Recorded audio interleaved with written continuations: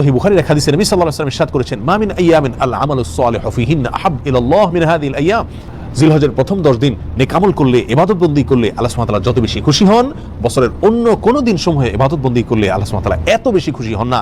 অর্থাৎ এই 10 দিনের ইবাদত আল্লাহ সুবহানাহু ওয়া তাআলার কাছে যত বেশি পছন্দনীয়, যত বেশি আল্লাহ সুবহানাহু ওয়া তাআলার কাছে ভালো লাগে, অন্য কোনো সময়ের ইবাদত, অন্য কোনো দিনের ইবাদত আল্লাহ সুবহানাহু ওয়া তাআলার কাছে এত বেশি পছন্দনীয় নয়, আল্লাহ সুবহানাহু ওয়া তাআলার কাছে এত বেশি প্রিয় নয়। সম্মানিত বন্ধুগণ, এই হাদিস বর্ণনা করার পরে সাহাবায়ে কেরামের কেউ কেউ প্রশ্ন তুলেছিলেন, ইয়া রাসূলুল্লাহ ওয়াল জিহাদু ফি সাবিলিল্লাহ, আল্লাহর রাস্তায় জিহাদও কি এই দিনসমূহে ইবাদতের চাইতে উত্তম নয়? নবী সাল্লাল্লাহু আলাইহি ওয়াসাল্লাম বলেছেন, ওয়ালাল জিহাদু ফি সাবিলিল্লাহ, অন্য সময় আল্লাহর রাস্তায় জিহাদ করাও এই আমলের চাইতে উত্তম নয়। অর্থাৎ এই দিনগুলো নেকামল আল্লাহ সুবহানাহু ওয়া তাআলার কাছে অন্য সময় জিহাদ করার চাইতে উত্তম। তবে হ্যাঁ, এক ব্যক্তি যিনি আল্লাহর রাহে জিহাদে বের হয়ে গেছেন নিজের জান এবং মাল নিয়ে, এবং উভয়টি আল্লাহর রাস্তায় কুরবান করে তার এসেছেন, তার কথা ভিন্ন, স্বতন্ত্র। তার মর্যাদা এই জিলহজের প্রথম দশকে ইবাদতকারীর চাইতে বেশি, সেটা ভিন্ন কথা।